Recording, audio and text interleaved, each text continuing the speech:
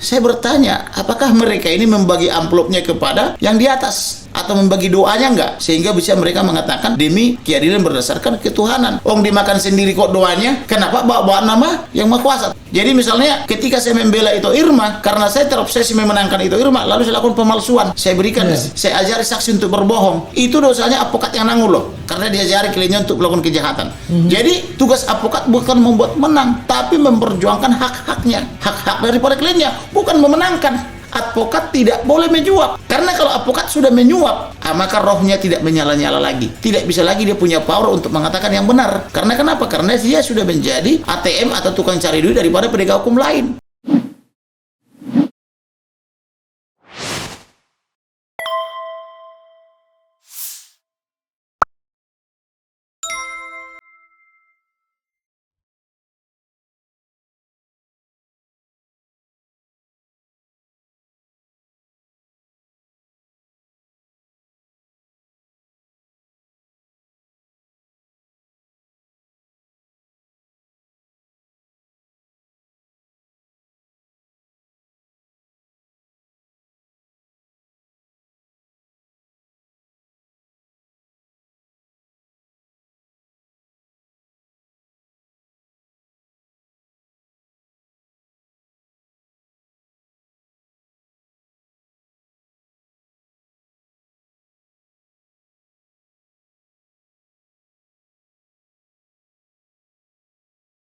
Ya, jadi ini tadi dibilang di sini bahwa harapan itu menjadi semakin menipis karena tidak semua pengacara seperti Kamarudin Simanjuntak, ya kan. Jadi dalam hal ini yang tadi mungkin terbiasa dengan doa-doa, lalu juga ditanyakan di sini bagaimana caranya Pak Kamarudin bisa itu pertanyaan daripada AI kemarin. Jadi ketika kita mengawali Munaslup, saya di situ jadi pembicara. Saya agak tersanjung juga, saya termasuk junior jadi pembicara di event Asosiasi Advokat seluruh Indonesia.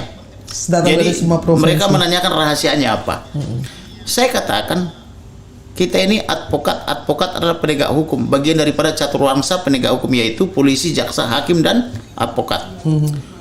Hukum itu adalah Tuhan. Karena hukum itu adalah mengandung kebenaran, keadilan, dan kemanfaatan. Nah, penegak hukum itu adalah wakil Tuhan juga, apalagi hakim. Makanya irah-irah putusan itu adalah demi keadilan berdasarkan ketuhanan yang Maha Esa. Tetapi hakim yang menerima amplop dengan yang tidak menerima amplop atau doa juga sama. Terima doa juga demi keadilan berdasarkan ketuhanan yang Maha Esa, putusannya A. Banding menerima amplop misalnya doa dari pihak lawan, misalnya kan, putusannya jadi B, juga berdasarkan ketuhanan yang Maha Esa. Kasasi dihajar lagi oleh yang pertama, doanya lebih besar lagi, kan begitu. Putusannya juga demi keadilan berdasarkan ketuhanan yang Maha Esa. Saya bertanya, apakah mereka ini membagi amplopnya kepada yang di atas atau membagi doanya enggak, sehingga bisa mereka mengatakan demi keadilan berdasarkan ketuhanan. Dimakan sendiri kok doanya, kenapa bawa nama yang Maha Kuasa? Tetapi karena formal undang-undang sudah begitu, ya memang harus begitu. Nah, tetapi saya kasih tahu rahasianya begini. Kita penegak hukum yang paling utama adalah harus takut kepada Tuhan. Nomor satu. Itu nomor satu. Jadi segala sikap dan tindakan kita, termasuk apa yang kita pikir dan yang kita rasakan di dalam hati, itu dilihat oleh Tuhan atau diketahui oleh Tuhan. Jadi ketika kita mau berbuat, Tuhan melihat apa yang diperbuat, tangan, kaki, mata, hidung, telinga, dan seterusnya itu, termasuk yang kita ucapkan. Nah, kalau sudah kita berpatokan kepada Tuhan atau takut kepada Elohim, maka itu sudah 50%. Yang kedua, penegak hukum itu harus pintar. Untuk advokat misalnya, dia harus smart. Minimal dia harus mengetahui prinsip-prinsip perundang-undangan atau disebut dengan asas-asas perundang-undangan.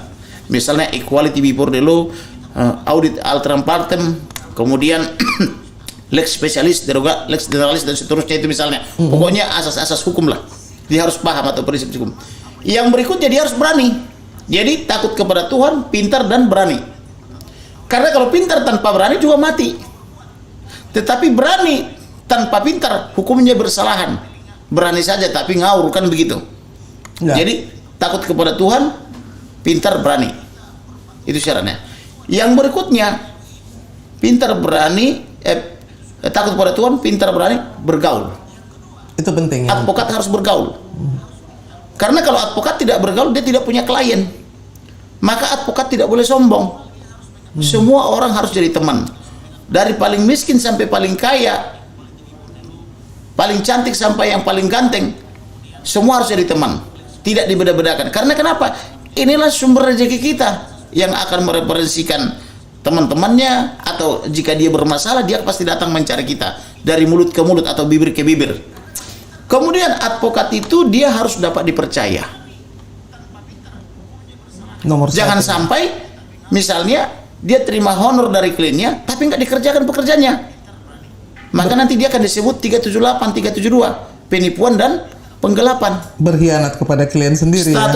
Status advokat atau officium nobile, tetapi 378, 372. Kan begitu. Tidak boleh. Jadi harus hidup jujur dan terhormat, dapat dipercaya. Kemudian advokat itu harus profesional.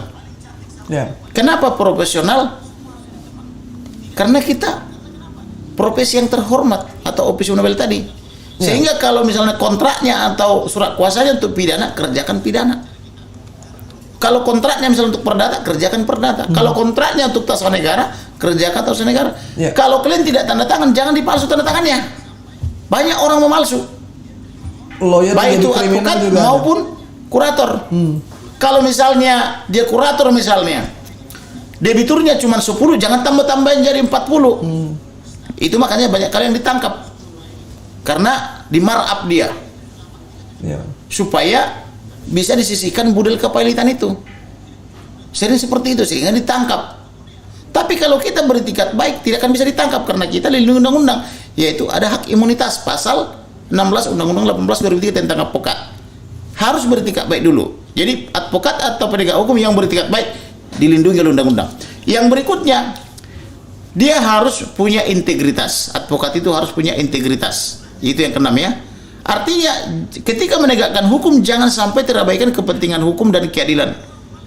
Jadi misalnya ketika saya membela Ito Irma, karena saya terobsesi memenangkan Ito Irma, lalu saya lakukan pemalsuan.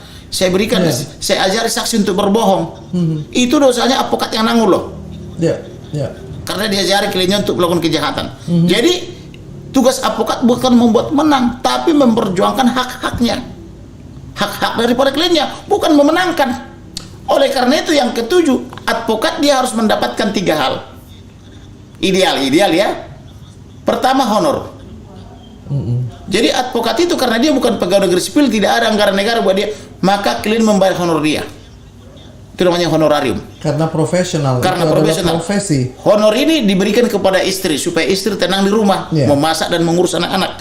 Ketika suami pergi seperti saya pergi keluar kota kan begitu 2-3 hari toh, maka istri tenang di rumah, ada sesuatu hal yang bisa dipakai untuk digunakan di rumah dan buat anak-anak. Advokat tidak boleh tanpa honor, karena kalau dia tanpa honor nanti akan berusaha memenangkan sebuah perkara dengan berbagai cara manapun gitu loh, atau dengan cara apapun. Dia harus dapat honor untuk diserahkan kepada keluarga, istrinya.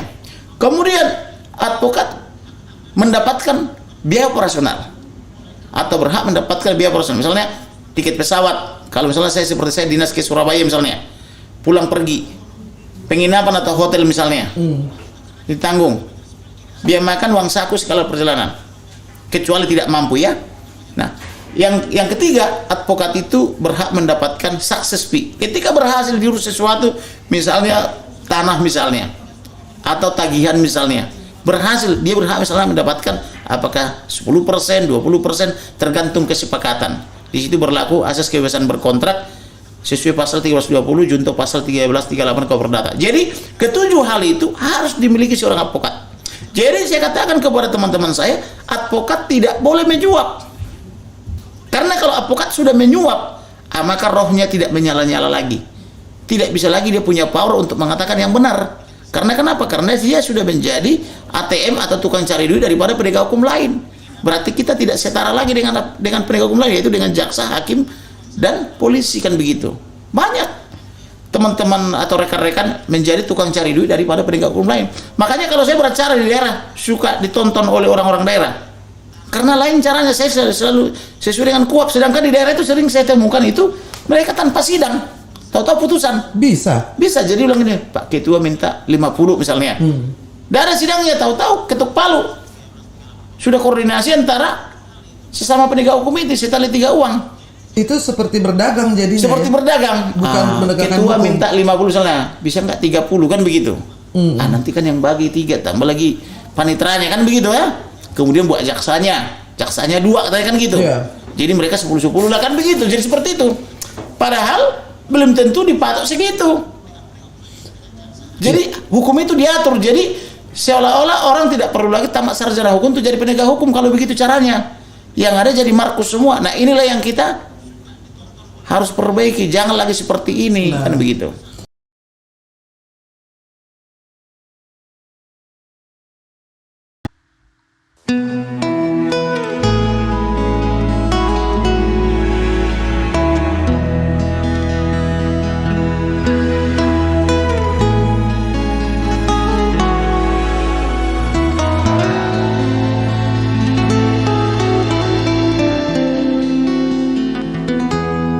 Ketika matahari hanya di atas kepala panas melelehkan, ketika keadilan akan ditegakkan di hari akhir zaman. Padang yang luas tak ada naungan, tapi engkau pemimpin adil.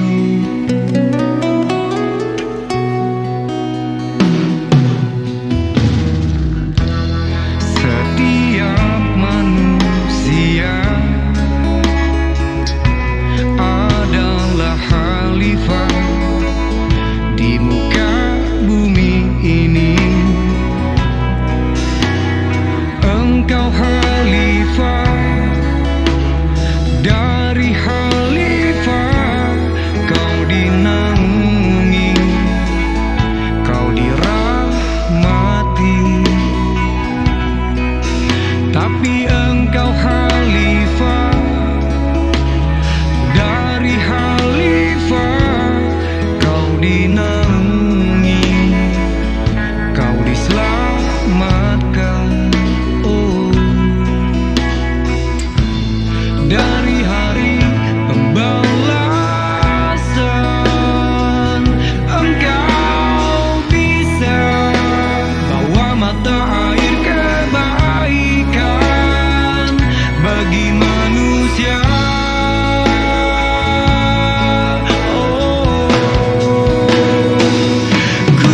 Kuasamu juga bisa menenggelamkan umat manusia.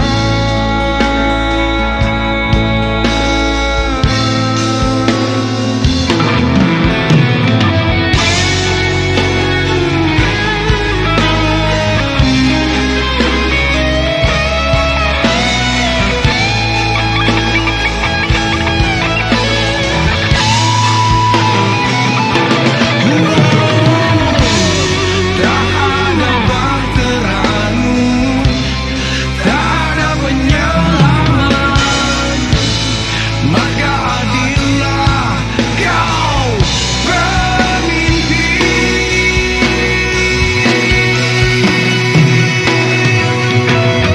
Engkau khalifah, dari khalifah kau dinaungi, kau dirahmati. Tapi engkau khalifah, dari khalifah kau dinaungi, kau diselamatkan.